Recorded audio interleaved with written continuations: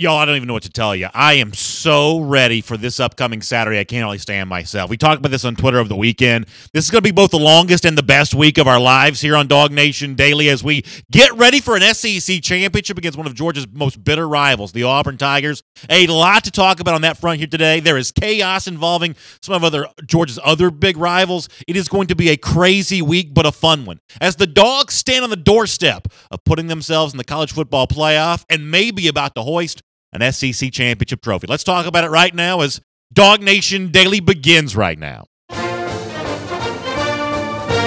Presented by DawgNation.com, this is DawgNation Daily, the daily podcast for Georgia Bulldogs fans. Here's your host, Brandon Adams. Somebody tweeted at me last night and said, BA's probably not sleeping tonight. He's so excited about what he's going to get to talk about tomorrow, and that's actually not that far off from the truth, whether it be Georgia getting ready for the rematch game that I wanted. I don't apologize for this. Different people could have felt different ways. We debated, who do you want to play in the SEC championship? Do you want it to be Auburn? Do you want it to be Alabama? I thought Georgia could beat either of the two teams, but there would be something special about getting some retribution against Auburn. More on that in a moment. We have certainly got that set up now as Georgia gets ready to take on Auburn in the SEC championship. I am over the moon excited about that. I am loving the turmoil and the drama going on and involving Tennessee and Florida right now. It is going to be a crazy, wild, fun week here on DawgNation Daily. But to start it all off, the thing that I want to make sure I talk about before anything else, Auburn beat Georgia a couple weeks ago in Jordan-Hare Stadium. Give the Tigers credit for that. It was a great performance on both sides of the ball for a team that then showed the real sort of evidence they were going to be a top-flight team by the end of the regular season. That certainly came true against Alabama in the Iron Bowl on Saturday. Auburn is really good. But after the game, I think that Gus Malzahn said something, and we talked about it at the time. Malzahn said something that we believe he's later going to regret. As a matter of fact, we think he may regret it as soon as this Saturday. You remember this, but for those who may be new to our show, let me remind you. After the game, Malzahn bragging to somebody says, well, hear what Malzahn said to someone after that game against Georgia a couple of weeks ago. We whipped the dog crap out of this. Malzahn saying that we whipped the dog crap out of Georgia. That's his line there. Didn't say that to a TV camera or radio. Probably didn't know he was being picked up on a microphone. The assumption should be, though, an SEC coach is always being recorded after the game. He said it, and I'm sure that that's exactly the way that he felt, and to a certain extent, that is what Auburn did in that game. They did handle Georgia pretty easily. In fact, when Kirby Smart was asked about what Malzahn said, you may remember this, Kirby didn't show any sort of verbal displeasure because, after all, Malzahn's team had won the game. Here was the response that Kirby did give. I'll be honest with you. I think when you perform the way they did on the field, you earn the right to say really whatever you want. So I don't get into what Gus says, and he probably doesn't get into what I say. But just because you've earned the right to say something on the heels of a victory doesn't make it a good idea. And just because Kirby Smart didn't acknowledge what Malzahn said when his team beat up on Georgia a couple of weeks ago, just because he didn't acknowledge being upset by it, doesn't mean that he didn't plan to use it privately, doesn't mean that he's not using that kind of stuff right now.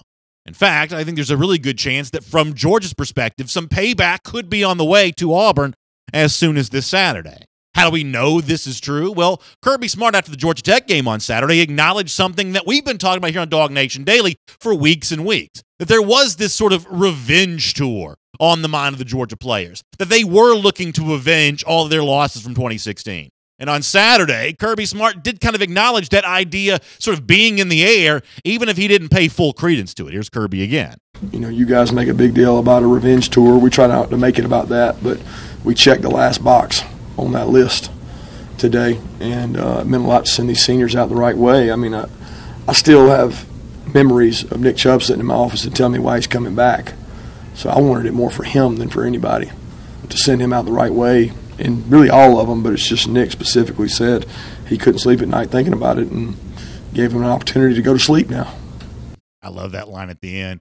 He can sleep well now. He's gotten the revenge that he wanted. But Kirby Smart's actually wrong about two things in that quote that he gives you there. Believe it or not, he's wrong about two things. First of all, he says it was the media that started the idea of a revenge tour.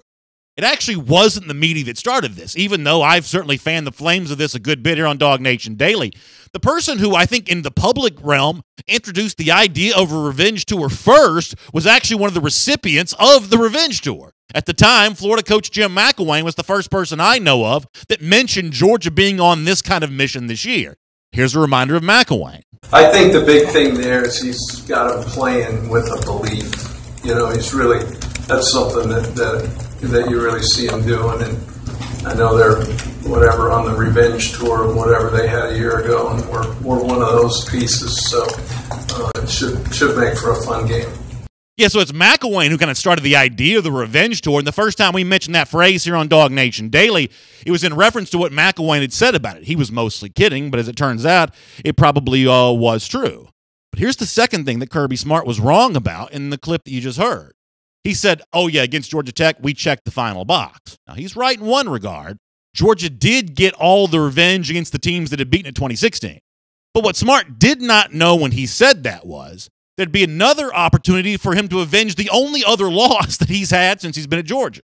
The Auburn loss from a couple of weeks ago. And that's exactly what Georgia's going to get a chance to do in the SEC championship game coming up on Saturday. It's the new final box to check, not for the 2016 games, but for the 2017 season and the lost Auburn. The same way that Nick Chubb, the way that Kirby Smart described that motivation for Chubb going back against all the teams that had beaten in 2016, you got to imagine that same kind of motivation exists for Georgia against Auburn, especially with Gus Malzahn saying what he said after the game in the clip that I played before. But here's the thing. Now everybody's talking about the revenge tour. For a while here on DawgNation Daily, we were sort of the only people talking about that. But if you do a Google search of that now, after Kirby spoke about this on Saturday after the Georgia Tech game, there's like all this sort of discussion about the idea of a revenge tour and Georgia being on one. That phrase in particular because Kirby Smart has now used it. So here on DawgNation Daily, we thought we need to kind of like up the stakes here a little bit. Find a new word besides revenge to sort of speak to what Georgia's going to try to do on the field against Auburn on Saturday. And I'm not really all that smart, to be honest with you. So my vocabulary is probably not high enough to figure this out on my own. So I went to thesaurus.com and looked for some synonyms for revenge. I think I found one. Let me show you this on the screen here. Retaliation. According to the dictionary definition, it means to repay in kind, to return like for like, to get revenge. Retaliation. Isn't that kind of a fun word to say here? Retaliation for Auburn beating Georgia. Retaliation for Gus Malzahn saying about these Georgia seniors, the ones that Kirby Smart just talked about, that we beat the dog crap out of them right there on the field at Jordan-Hare Stadium. And wouldn't it be nice this week if Georgia did its part to make Gus Malzahn completely regret having ever said that his team beat the dog crap out of Georgia? Wouldn't that be a great way to kind of finish off the 2017 season here, moving potentially the college football playoff for the Georgia Bulldogs? So what if we did this? Now, you got to be real careful here, and I mean this in all sincerity. In order to make this fun, you've got to be kind. You can't be vulgar. You can't be profane. You can't make this more than it is. But maybe you drop a little line to Gus Malzahn on Twitter. Maybe you use the dog emoji, the poop emoji. Maybe you give him the hashtag DawgNation Retaliation. Maybe you let him know that DawgNation still remembers what he said, and that the Georgia seniors and the Georgia players and the Georgia coaches, even if they don't acknowledge it publicly, they probably remember here as well. And that when Georgia's celebrating on the field after Saturday, they may have Gus Malzahn to thank for giving them the extra motivation to help get it done. My name is Brandon Adams. This is DawgNation Daily, the daily podcast for Georgia Bulldogs fans. It's good to have you with us on the program today. Whether you're watching us on Facebook at 10 a.m. on the DawgNation Facebook page, listening to us on the radio at noon on Athens Sports Radio 960 The Ref, or finding us pretty much any time of the day or night, any place in the world when the podcast is posted, whether it's the world-famous DawgNation.com, iTunes, anywhere else. We just really appreciate you being with us here for DawgNation Daily. And I mentioned off the top of the show, one of the things that I'm excited about this week is our preparations for the big game on Saturday, and that means more than just DawgNation Daily this week. It means a couple really big events that I want to tell you about. Now, I already heard walking around Atlanta on Saturday from some folks who are planning on being with us this Wednesday, special night for us, Wednesday at Marlowe's Brookhaven for our big game preview from 6 to 8 p.m. Jeff Sintel and I are going to be there. If you wear your red and black, your Georgia colors, your Georgia gear, Marlowe's going to give you a free appetizer with your purchase of an entree. The last time we were at Marlowe's in Brookhaven, this was one of the great events we've ever done here at DawgNation. Place was packed out. We had a great time. It is going to be especially true for the big game here on Saturday as well, as we talk about how Georgia could win the conference, move on to the playoff. It is going to be a fun Wednesday night, 6 to 8 p.m., there at the Marlowe's in Brookhaven. Can we throw the address on the screen one more time just so I can read it for our audio audience? If you're watching, you see it, but for the folks who are listening to us, 3575 Durden Drive in Atlanta. That's 3575 Durden Drive in Atlanta. Hope to see you there for that. Also hope to see you on Saturday for our DawgNation Invasion. Our big tailgate going to be taking place in the blue lot before the game there, just next to a Mercedes-Benz Stadium. This is going to be a huge event. It's going to start at 10 a.m. and kind of roll basically until question mark, essentially taking you right up till the start of the game there on Saturday. If you were part of our DawgNation Invasion in Jacksonville, what we're doing here in Atlanta going to be very similar to that. Going to be a lot of fun. And, of course, it's brought to you in part by our friends at Dixie Vodka. And right now, Dixie Vodka has got a great offer for DawgNation daily listeners and viewers. You can get free shipping. For that tough-to-buy-for person on your holiday list, how about free shipping from Dixie Vodka? But you've got to use the promo code DixieSEC. Use DixieSEC. You can get free shipping from Dixie Vodka. And what a great gift that'd make for somebody because, as we say all the time, it is the South's best-tasting vodka. Going to hear some more from Kirby Smart about the game against Georgia Tech on Saturday. Before I do that, let me also take care of one more piece of business here. You know, I've been giving away Own the East t-shirts every day here on DawgNation Daily. Someone who retweets the link to our show when we share it, either the morning tweet to the video, the afternoon tweet to the audio, link to the audio, retweet that. I'm going to draw one of those names each and every day. That person gets a chance to win Own the East t-shirt. Let me congratulate our winner for today. It's Nick at the Wrong Boy on Twitter, spelled B-O-I, Nick at the Wrong Boy on Twitter. You are our winner, and they're laughing at me. Y'all should be impressed that I know that B-O-I is boy, right? I mean, listen, I'm an Atlanta kid. I know about Outcast. At the Wrong Boy on Twitter, Nick, you are our winner. Nick's a great friend of us here at DawgNation Daily, so I'm really glad that he won the award here today in the t-shirt. All right, let me get back to Kirby Smart here for a moment. We're going to hear him talking about Roquan Smith in a moment after the monumental performance that Roquan put together. Maybe his last game against Georgia Tech. If it was, he went out in style in a big way on Saturday. We'll talk about that.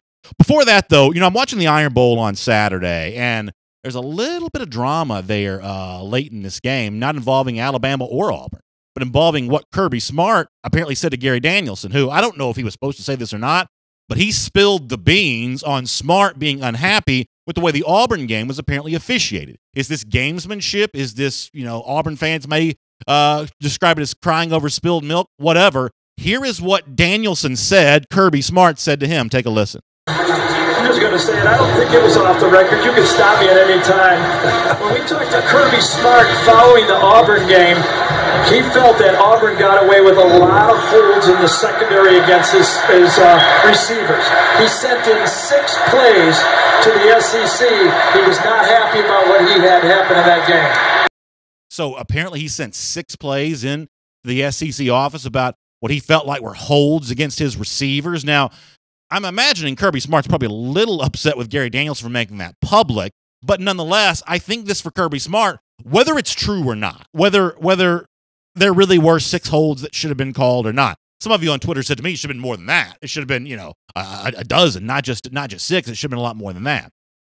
I kind of like the gamesmanship from Smart here. I kind of like the idea of planting that seed in the officials' minds about what to expect from Saturday, because that's what coaches do.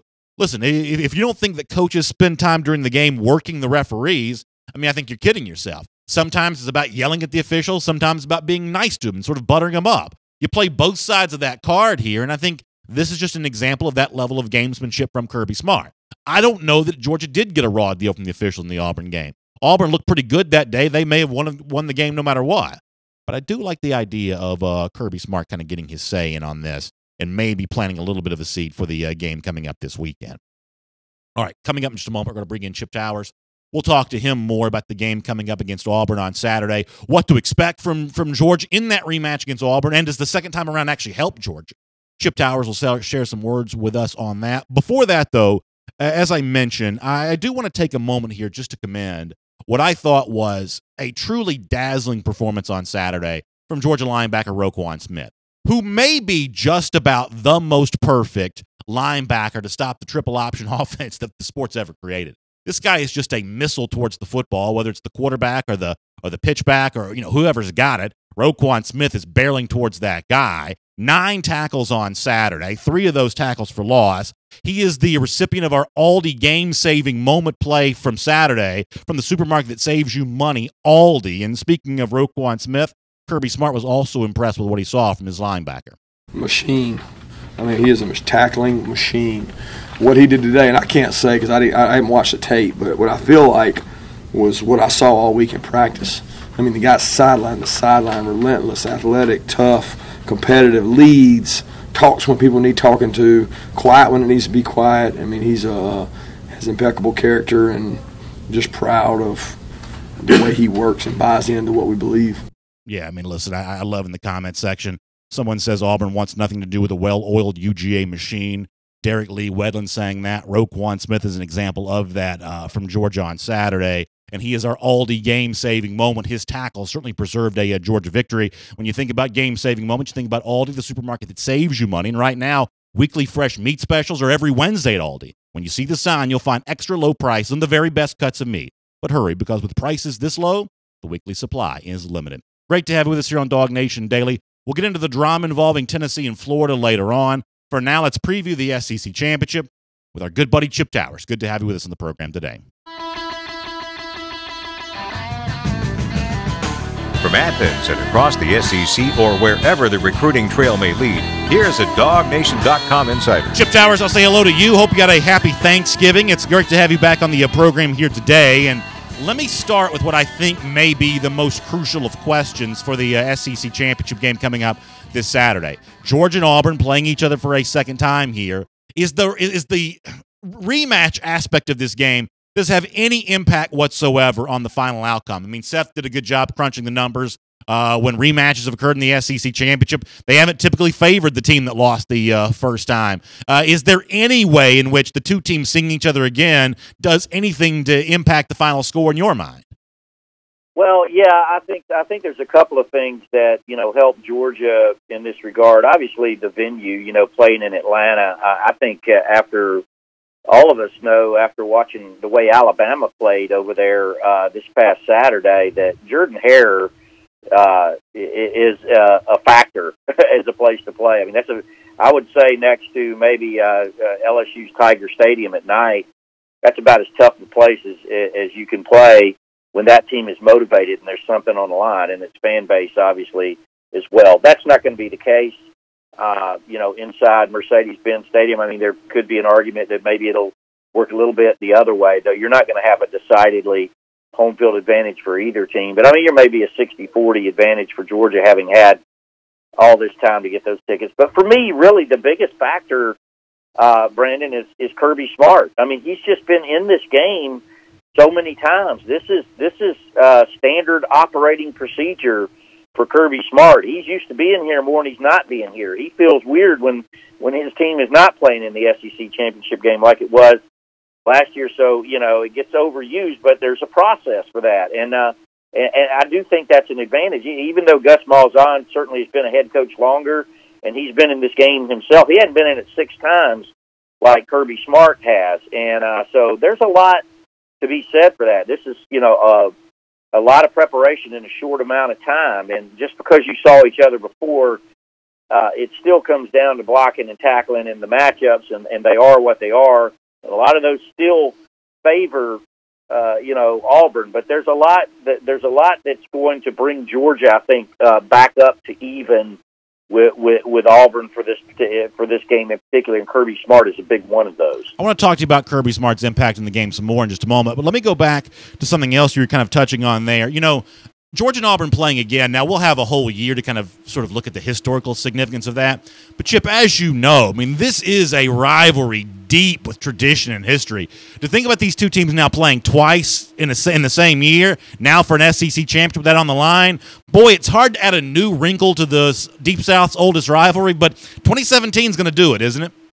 Yeah, it is. I mean, it's crazy. And, the other thing about it is, I mean, these two, Georgia has to recruit against everybody because Atlanta is its main, hub, and it is for most of the teams in the SEC. And they butt heads with Alabama and Tennessee and South Carolina and Florida and everyone. But I would hazard to guess that there's probably no team that they butt heads with more than Auburn, and you can certainly see that just looking across the line. I was talking to Kirby about it last night on the SEC coaches teleconference about, how often do you look across the field and you see that guy that you were battling for down to the last second. There's a bunch of guys on Auburn's defensive front in particular right now that Georgia was head-to-head on, if not with Smart's staff, but with the previous staff, that are coming back to haunt you right now. So, all that factors into it, but I really like the fact that Georgia's been here before so many times under Kirby Smart. You wrote somewhere, and I apologize for not remembering where, but it was DawgNation.com about Kerryon Johnson, and I believe what you said is 100% true, that this is a tough guy, probably going to play, but we're not going to hear much about that throughout the week. Gus kind of played coy on this last night in the first teleconference of the week. My guess is, and I think you wrote this, that this is what's going to be like all week long, where this tough running back's probably going to be on the field, but we're not going to get much confirmation one way or another. Is that right? Yeah, that's the way I anticipated. I mean, unless there's some kind of conclusive, they come out, and it doesn't sound like it because last night he was talking about, there was a chance that Kerryon might or might not practice. So the fact that he's putting that out there, but I mean, all coaches nowadays. That's what if you've got this on one end, if you've got a guy dealing with an injury. That's a weakness, but you can also use it as a strength by saying, "Hey, we don't know." No information is information in and of itself, and they'll try to use that. I'm sure, though, Kirby and his staff are preparing as though that kid is going to play, and I didn't see anything Saturday night that made me think that that his arm was broken necessarily or anything like that. If it's not, he's going to play. Now, that said, if he is banged up, I do believe that's a factor in the game because he's going to get hit. I mean, that's what happens when you're touching the ball in the average of 32 times a game, which he's done down the stretch here. For Auburn, it's a tough league, and it's not like Georgia where they've been distributing those carries with 3 and sometimes 5 backs. Kerryon has been carrying the load, and that's a factor, and it'll be a factor Saturday whether he's in the game or out of it. Kirby Smart said last night when it comes to the memories of the Auburn loss, you don't shake that memory, you put it in their face. I think I know what he means by that, and I think that makes for one heck of a week of practice for Georgia this week, but how do you interpret what Kirby Smart says right there? Well, I mean, I think he's going to challenge those guys up front. He's got to. Look, the matchups are still what they are. As much as we talk about Kerryon Johnson, all those defensive linemen and all those offensive linemen are going to be present and accounted for on Saturday, and that was a decided advantage for the Tigers, injured and Hare. Now, again, I don't believe it was quite the advantage that the final score would have you indicate. I mean, that was if you were there, Brandon. That was one of those atmospheres you said with Georgia. I'm not sure anybody would have beaten that team on that night, especially when you throw in the exacerbation factor of personal foul penalties and muff punts and stuff like that. Auburn, lives on that over there, and they did against Alabama as well. That's going to be different this time. So you still got to strike people, as Kirby likes to say. You still got to get off blocks, and I think Georgia can do that better than they demonstrated, on the Plains. But you still got to do it, and so Kirby will definitely be in their face about that. He'll be showing tape and showing where the very specific. He's a detail-oriented guy. So what was happening is this guy was getting his hands in on you when they were running to the right. So you got to recognize that and go across his face and all that kind of stuff. He is a detail-oriented guy, and they will go over that stuff ad nauseum. Speaking of details that Kirby Smart doesn't want to overlook, Gary Danielson during the Iron Bowl broadcast on Saturday said that Kirby Smart told him, and I'm assuming he means in the build-up to the Kentucky game the week before, that he had sent 6 plays from the Georgia-Auburn game to the SEC office to review for what he thought was holding by Auburn defenders against his receivers. Let me ask you kind of a multi-part question about this. How common is something like that for a coach to send that many plays? Does it happen every week? Is this an unusual occurrence for a coach to kind of do that? Do you think that Kirby Smart probably wishes he hadn't told that to Gary Danielson since he said it on national TV? I mean, what are your thoughts on Kirby apparently doing that according to Gary Danielson? Well, a couple of things. I mean, first, I think he's probably glad that it got mentioned on TV, that there's going to be even more attention on it. And, that is standing operating procedure. They do that every week. There's always cut up. Auburn did the same thing as well. I don't know. I don't think the referees missed any calls on Georgia that day, but if they did, Gus Malzahn and his staff sent in a tape. They do it every week, and I think it's true. I mean, I remember a couple of times, and one play in particular where the defensive back absolutely shoved Georgia's receiver out of bounds with the ball in the air. And I guess they considered it uncatchable, though it looked like it certainly would have been in the range had he not got shoved out of bounds.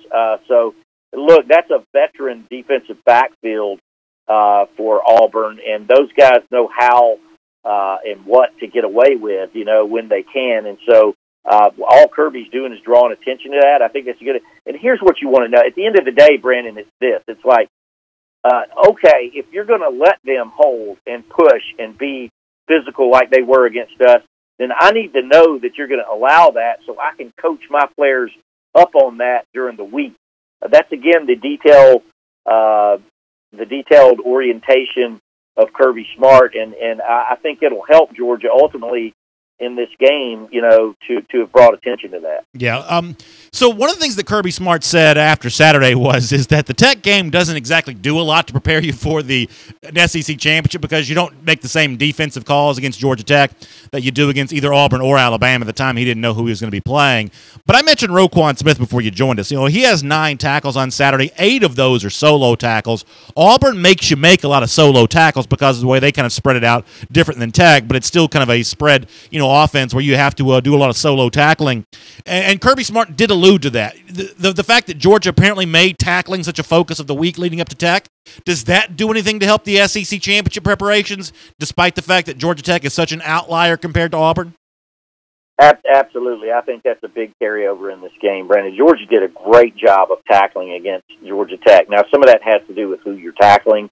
That's not Kerryon Johnson and some of those other beasts that you have in the SEC that you just can't bring down. But no, I do think it translates. First off, just tackling in and of itself. But, that's something that Auburn tries to do. They try to get outside of you. I mean, it's very, very similar to what Georgia Tech tries to do, in my opinion.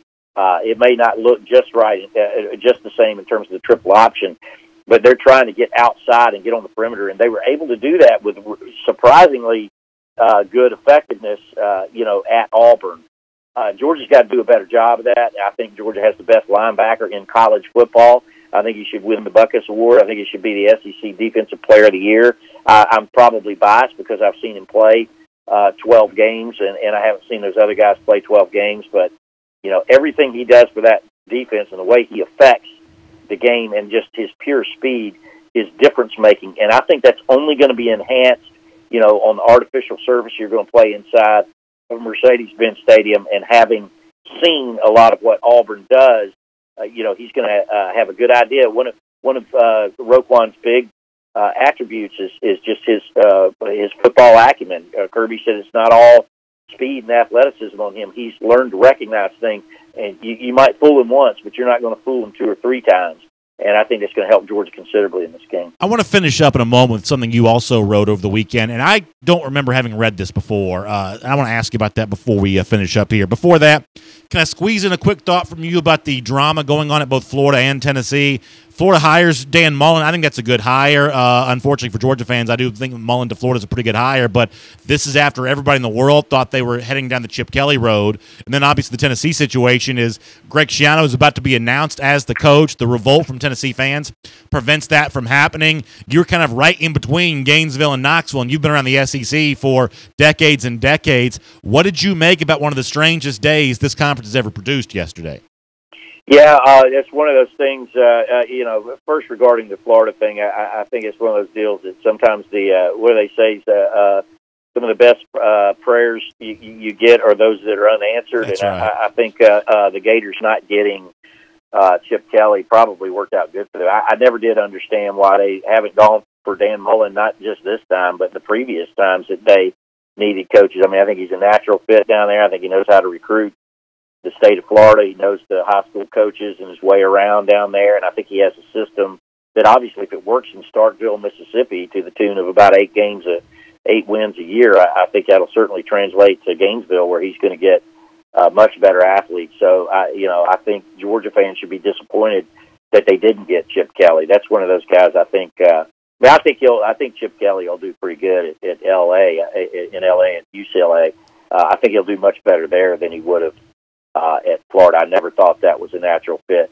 The tire fire that's going on at Tennessee just never ceases to amaze me. That thing has really been smoldering to some extent ever since the Philip Fulmer move years ago, and they just have not been able to get it right. And I'm alternately outraged that the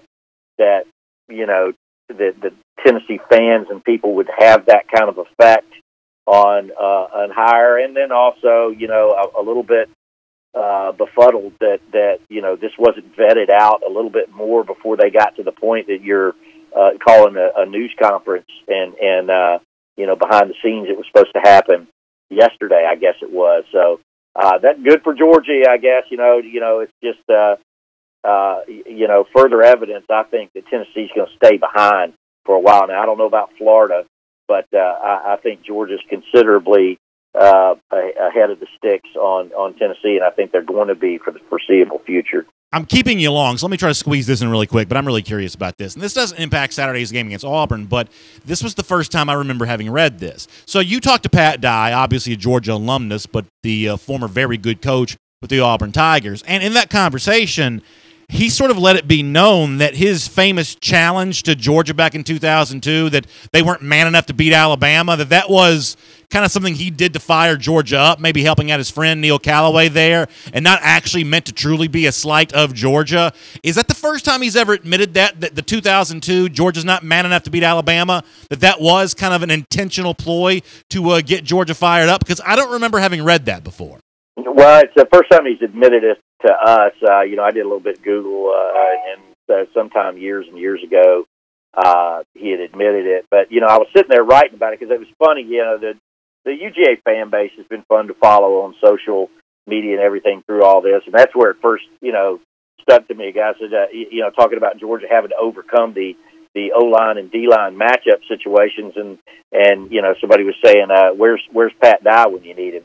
And it just gave me thought, I got him in my phone. Let me give him a call and see what he's up to. And he is always, I ended up talking to him for 30 minutes. I have stuff that I'm going to parcel out all week, DawgNation, at different things. And he's 78 years old, but listen, he is very much attuned to football. He's been paying close attention, not just to Auburn, but to all of football. He had a lot to say about a lot of things. And he obviously pays very close attention to Georgia. I mean, that's his alma mater.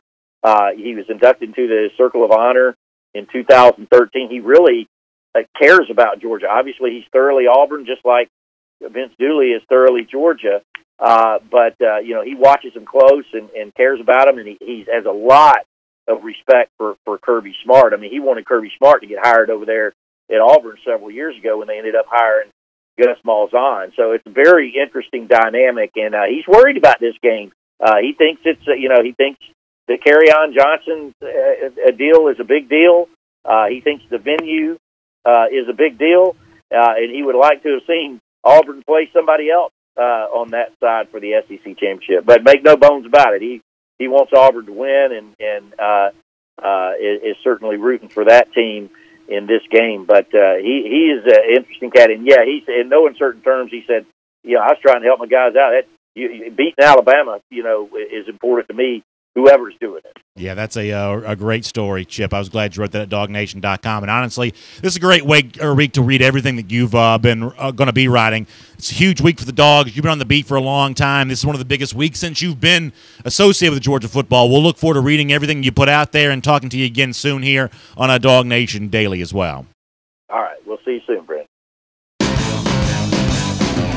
Let's take a look around the rest of the league. This is SEC Through. So I realize that some of you don't remember the story that Chip was talking about. Georgia was going to play Alabama in 2002. Ironically, that was also Kirby Smart's second year. I should say Mark Richt's second year, much the same way this is Kirby Smart's second year. Georgia won the SEC that season. Kirby Smart's going to try to do that on Saturday, but played at Alabama. And the week before the game, or the few days before the game, former Auburn coach Pat Dye had gone on the Paul Feinbaum radio show. This is way before SEC Network and anything like that. It's just a radio show in Alabama at the time, and said he didn't think Georgia was man enough to beat Alabama. Well, it became this huge deal. Now, for the life of me, in 2002, I don't quite know how this became a huge deal, but it did. There was no Twitter back then. There was no Facebook. Like, where was it a huge deal? I don't know where the conversation was taking place. I guess it really was just water cooler stuff. But it was the biggest deal in the world that Dye had said that, and Georgia did use that as motivation heading into that Alabama game and won the game in Bryant-Denny Stadium, went on to win the SEC. And it is kind of an interesting comparison to a similar situation for Georgia this Saturday, going in to face the Auburn Tigers, with a lot of people wondering if Georgia's man enough again after getting pushed around by the offensive line, the defensive line. Gus Malzahn saying that we beat the dog crap out of them. I mean, there was some evidence to suggest that what Malzahn said was true. My guess is, though, that Georgia on the field Saturday's got some retaliation for Auburn on that, and Georgia's going to do a lot to correct the record on what happened in Jordan-Hare Stadium a couple of weeks ago. And this revenge tour, this retaliation tour, maybe it takes one more stop here before the end of the season. Let me roll on here. Remind you that DawgNation Daily is brought to you in part by my friends at MyBookie. Of course, this time of year, championship games coming up this weekend. Pac-12 on Friday, all the other games on Saturday. Great time to get some point spread bets down, some money line bets down, over-under totals, whatever you want. You can play with the pros play at MyBookie, and right now, MyBookie's got a special offer for DawgNation Daily listeners and viewers. You get your first deposit match up to 50%, but you've got to use the promo code DawgNation, spelled D-A-W-G, DawgNation at MyBookie.ag. You play, you win, you get paid. If you use that promo code DawgNation, you can get your first deposit matched up to 50%. All right, a lot of SEC stories I want to kind of talk about here. And I want to talk about these from a Georgia point of view here as much as possible. Let me start with what Chip Towers called a moment ago a tire fire situation there in Knoxville as it's prepared to hire Greg Schiano. And then the backlash against Schiano is so full-throated that they have to back off that decision, and now they can't hire Schiano and really don't know where Tennessee's going to go. I'll have some thoughts on where they might go in a moment. But let me start off here with, I hate to say I told you so, but this is one of those aspects in which I was 1,000,000% right. I said for days and days and days on AT&T SEC Country Live that Tennessee Athletic Director John Curry was doing his program a disservice by allowing the John Gruden rumors to fester, by allowing him to sort of hang in the air. If they weren't really going to hire Gruden, he was only going to make whatever coach they did hire seem worse by comparison, especially when it's sort of a gruff, not a great personality like Schiano, not well-liked by his former players, the kind of guy that, a lot of people don't have great things to say about. By allowing the Gruden stuff to kind of hang in the air, it only hurt the rollout of Greg Schiano. That's a big-time blunder by John Curry.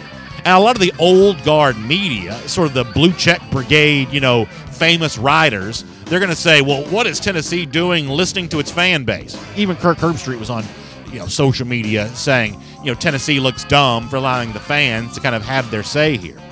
But the truth is, if you don't think that John Curry in one way or another is beholden to his constituency, then you're you're not paying attention to college football, you're not paying attention to life. I mean, this is the way things work, is that the rank and file folks at Tennessee have a way of making life miserable for ADs when ADs don't listen to them. That's not just true at Tennessee. It would be true at Georgia, or it would be true anywhere else in the SEC.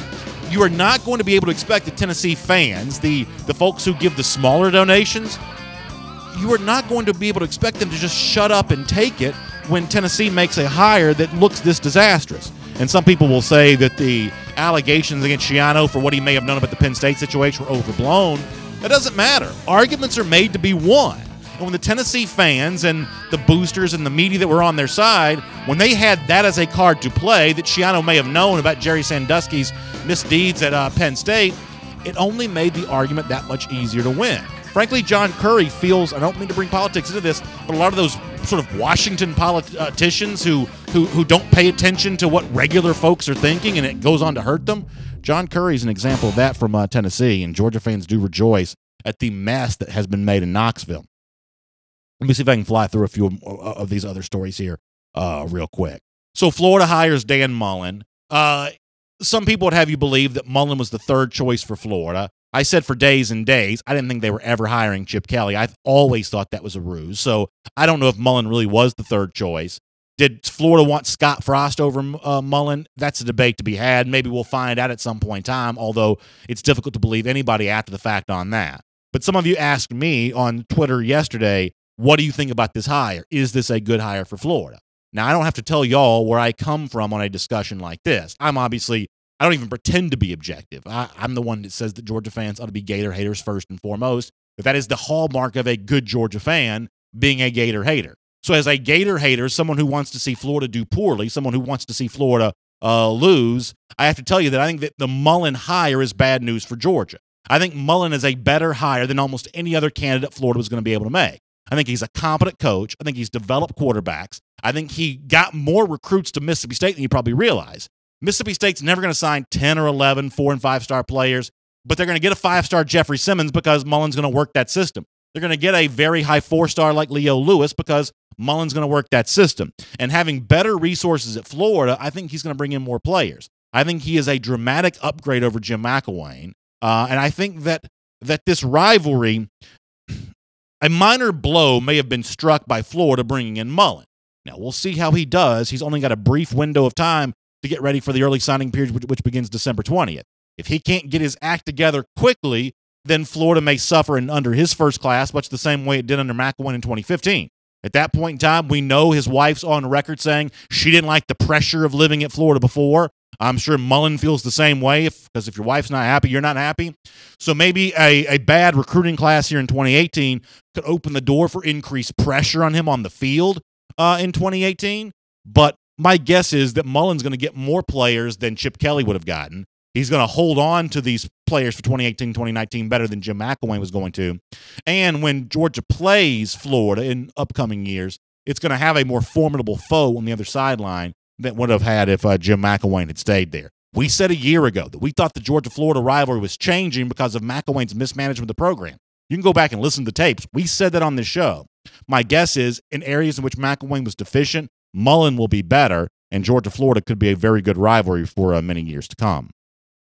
Iron Bowl obviously had implications for Georgia because it found out who was playing in the SEC championship. But one of the big SEC stories coming off the Auburn win, the Georgia rematch, is what happens to Alabama now. Now, you'll understand we'll talk plenty about this today on AT&T SEC Country Live, but is Alabama still alive for a playoff spot with an 11-1 record but no shot at a conference championship?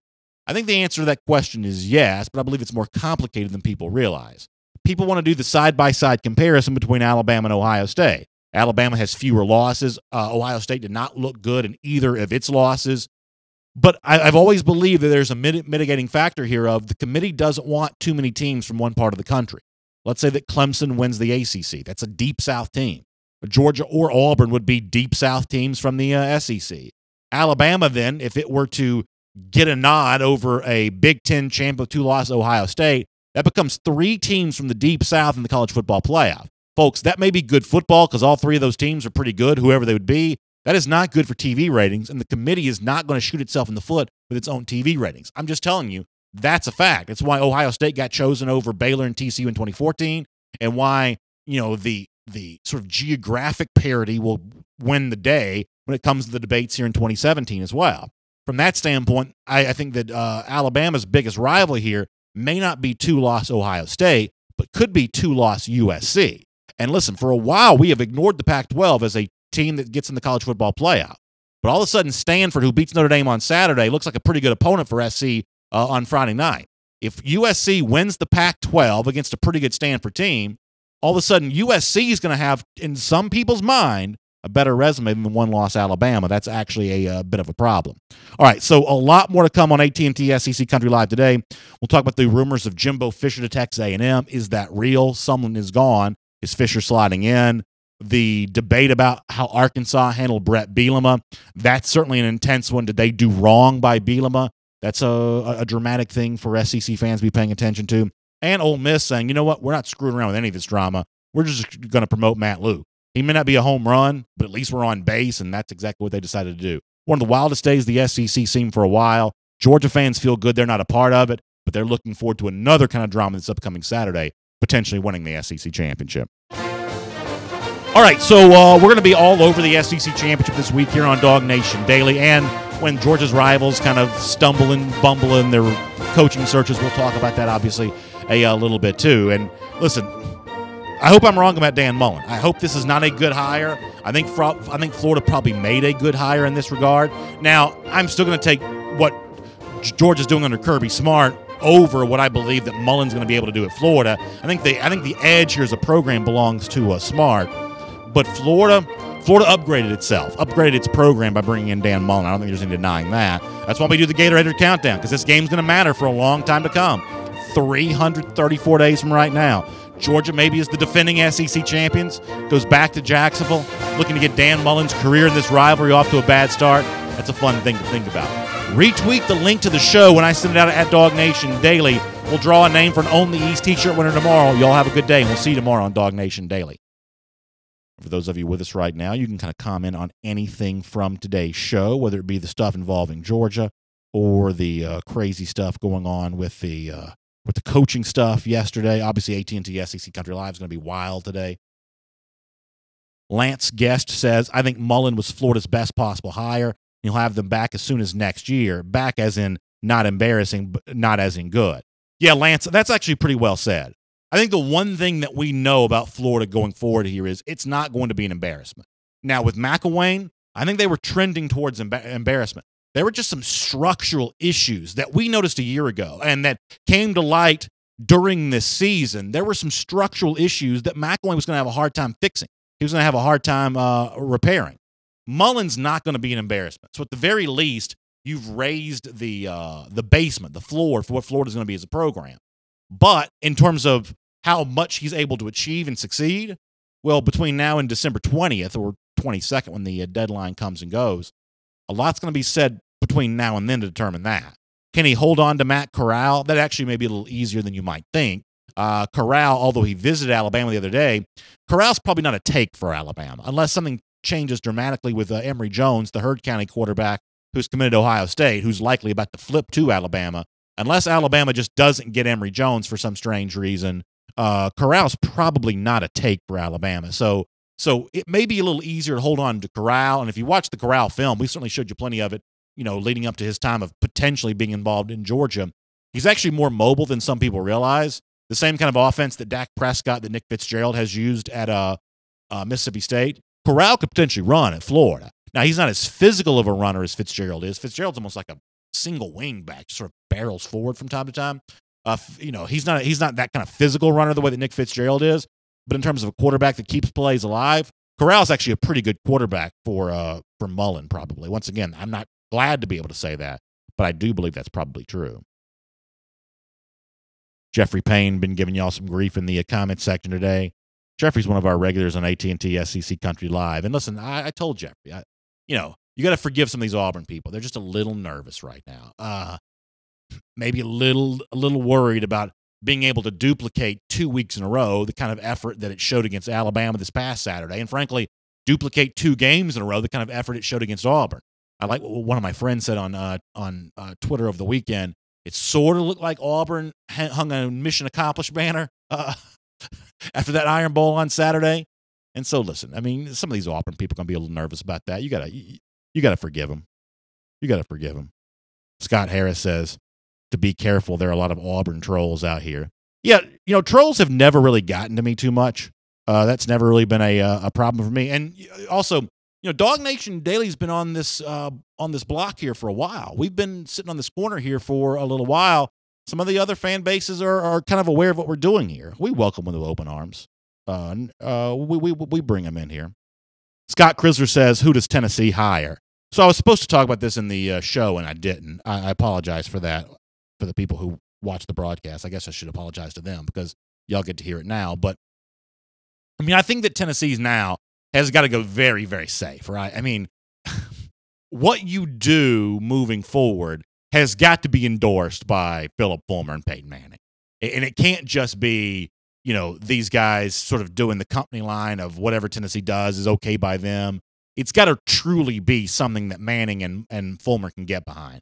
Because apparently, to go kind of behind the curtain here, Jimmy Haslam, who is the owner of the Cleveland Browns, insert your own joke, but Haslam is also a big donor to Tennessee.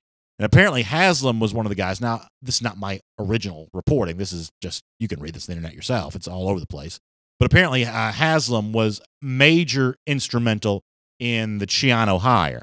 And so, obviously, there's a lot of reasons not to like that if you're a Tennessee fan. First of all, Haslam has had his share of trouble. I mean, you can Google that and figure that out. In addition to his mismanagement of the Cleveland Browns, he's had some other issues as well.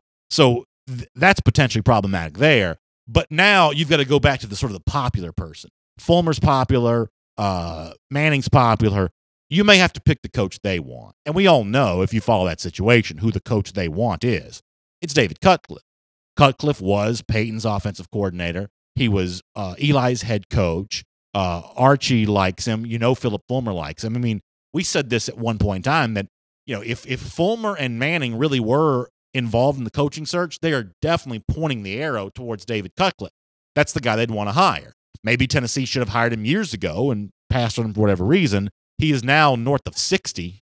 Does that seem like the most exciting hire? Maybe not, but he's a competent coach, and he might kind of calm the storm a little bit for Tennessee coming off, this disastrous situation where not only is the Schiano thing botched, but, there's some high-profile names that have apparently rejected the job. Dan Mullen apparently, now this is just all rumors, but apparently Mullen rejected the job in favor of Florida. Matt Campbell, initially was thought that maybe Campbell was, this is the Iowa State coach, that he was not a player in this discussion because of his high buyout. But now sources close to Campbell have kind of removed his name from discussion going forward. And maybe, as some of the national media have mentioned, maybe more people will disqualify themselves from that discussion because of how the Schiano thing was handled. It is a weird situation. Weird situation. Wayne Folan asked about the contract that Florida gave Dan Mullen. We'll find out more of those kind of details. What I wonder about, though, with the Mullen thing is, what was he told other than contract demands? Because remember Jim McElwain. McElwain took the Florida job without visiting Gainesville. I mean, Florida people close to that situation. Zach Albalverdi said this on SEC Country Live, or his own podcast. We played the audio on SEC Country Live. Zach said when McElwain got to Gainesville, he did not like the situation that he found, did not like the facilities. The commitment to football may not be as high. I don't know what kind of support staff they have, analysts they have. Florida just may not be playing that game because McElwain was never happy. So did Florida make other promises to Mullen besides his own compensation to make him feel better about the job? Because, listen, I mean, if Florida wanted to hire Mullen, it could have hired him before now. Maybe for a while Florida was kind of holding out on the way it's done business in the past. Florida's kind of one of these athletic departments that's about all sports. It's not just about football. It's not just about, resources going solely to football. They like being good at all these other sports too. They don't make a nickel of revenue, but they like hoisting up championships in gymnastics or swimming or whatever else. And maybe Florida's now agreeing to give Mullen what he needs from a football perspective, whether it's bigger facilities, whatever. I mean, maybe that's part of what Florida sort of promised behind the scenes here to Dan Mullen. Michael Morrow says T. Martin should be Tennessee's head coach. So I obviously am impressed with Martin as a recruiter, and he's the USC offensive coordinator, which is one of the best OC jobs in the sport. But it seems like that he was never a serious consideration for this head coaching position. You've heard him mentioned for, like, say, head coach at South Alabama, but not Tennessee. So I'm going to assume that the people in the know here know what they're talking about, and Martin's ready for a step-up job, but he's not ready to go from coordinator to a big job like Tennessee. But what makes things worse for the Vols here is, Jason Lockenfora, who is a CBS NFL reporter, reported yesterday. I mean, I can't even believe this. This was less than like 24 hours ago, or about 24 hours ago, that Gruden was still a factor for the Tennessee job, and that T. Martin might be his offensive coordinator. Now, imagine this for a moment. I'm sure it's probably hard to imagine yourself as a Tennessee fan, but imagine if you were, and you just heard that, pie in the sky, former Super Bowl winning coach is coming, and he's going to bring a quarterback that won a national championship at your school and is a good recruiter. Martin's recruiting chops are not questioned. He's a good recruiter. So the one weakness that you think Gruden might have is recruiting. He's bringing a Tennessee alumnus with him to be a recruiter that kind of backs up some of the other rumors about Gruden would bring in all what they call VFL staff, Vols for life. He'd bring in all these Tennessee guys to be his assistant coaches and coordinators. Of course you're going to be disappointed by Greg Schiano. I mean, I think you got to fire John Curry, the Tennessee athletic director, because I think he botched this from the word go. You've got to manage expectations. He allowed these dumb Gruden rumors to kind of float out there. When Lockenfora on Sunday reported that about Gruden, Curry should have leaked to a reputable source, we were never considering hiring John Gruden. He should have squashed it, or don't even leak it. Just go on Twitter and say it yourself. He should have done that, and that's going to cost him his job eventually. Somebody else continue to debate the quarterback situation involving Georgia. I said this during the Dixie Vodka postgame show on Saturday. I really believe that, and I'm getting this from, I like to usually mention your names. I apologize for not getting the names of people who've been doing this. There's been a lot of back and forth on the quarterback stuff here. So let me just try to address this issue.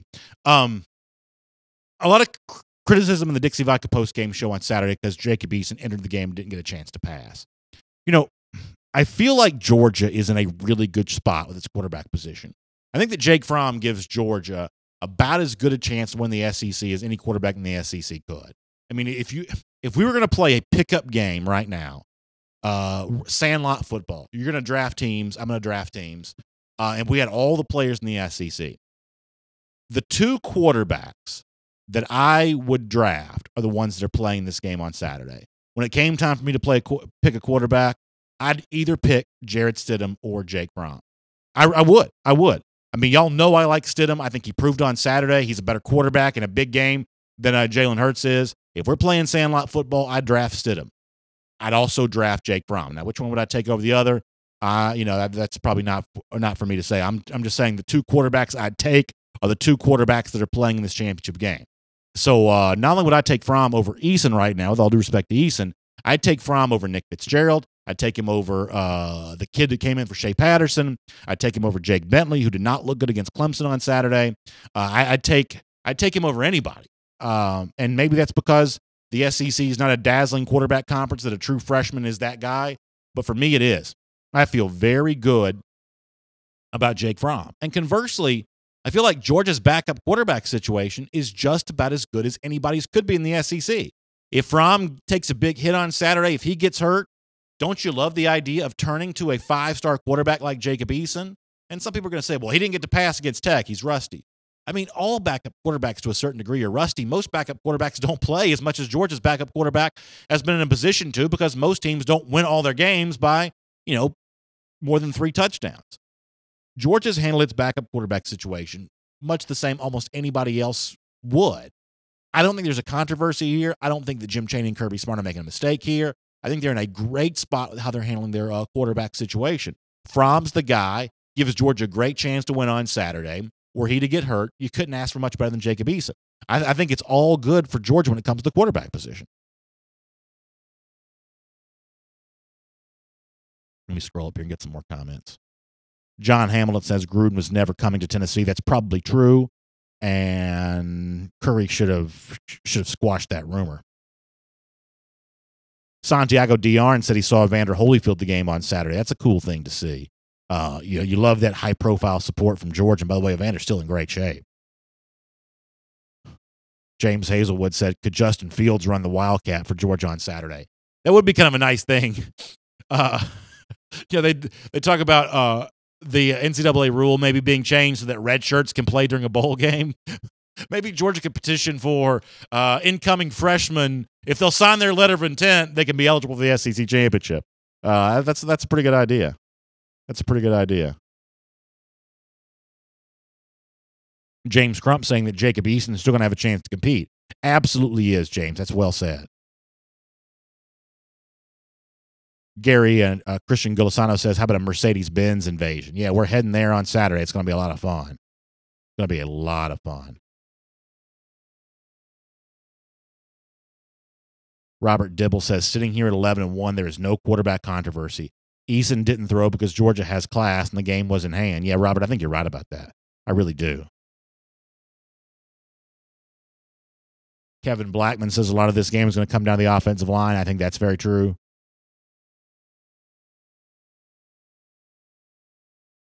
Buck Brinson says, how does the Georgia offense game plan for Auburn?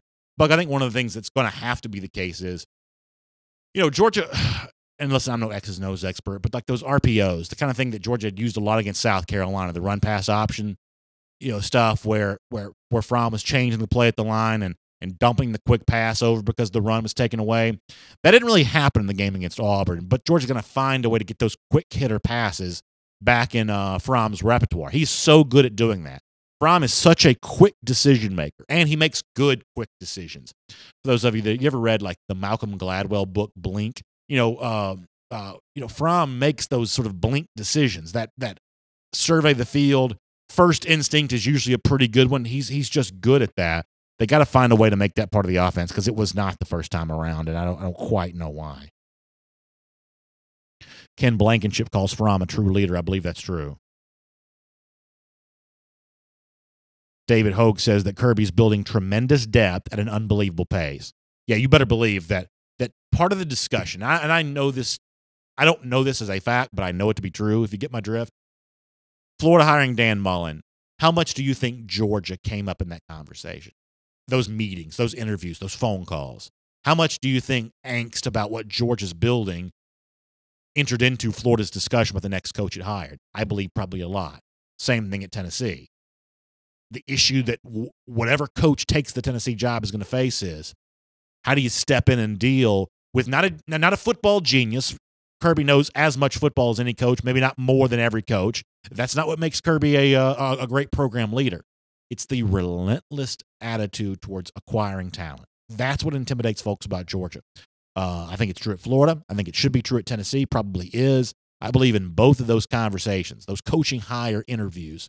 I believe Georgia and what it's doing from a recruiting standpoint came up a lot in those meetings. Let me scroll and get a couple more, then we got to get out of here. Justin Holcomb says, I'm not giving Missouri quarterback Drew Lock enough credit in the SEC quarterback hierarchy. Fair enough, Justin. His numbers sure are good, really compiling a lot of passing yards. Matthew Dills, I'm going to have to go after this because I'm late, but Matthew Dills has got such a great comment. He says, wasn't it nice to act like we had been there before on Saturday and not disrespect Tex Field? I got to tell you, I do think that was kind of a cool thing. And not because I'm all about, good sportsmanship all the time. I mean, I think good sportsmanship's nice. I'm not going to, break my neck worrying about sportsmanship necessarily. But I think it spoke to what I think is really important for this Georgia team. But there are bigger games to come. And beating, non-bowl Georgia Tech just ain't that big of a deal. And in years ahead, it's going to be another long winning streak for Georgia against Georgia Tech. And, yeah, these seniors, it was certainly important and personal for them. But even in the midst of that, this season has turned out to be quite a different animal than maybe they would have expected. All of a sudden now they've got a lot bigger goals left than Georgia Tech. And they acted like that after the game on Saturday. And I thought that was really cool and really symbolic of a team that I believe is going to have its game face on for Saturday. DawgNation retaliation. It is coming to the Mercedes-Benz Stadium. Dogs getting revenge on what Malzahn said. We're going to talk about it. We're going to have some fun. This is why you follow this team for years and years and years, for weeks like this. And we think it's going to be a good one here on DawgNation Daily. Also, crazy, crazy day on AT&T SEC Country Live. That comes up at 3 p.m. Eastern Time. We'll see you there for that tomorrow morning again for another episode of Dog Nation Daily Live. Y'all have a good day.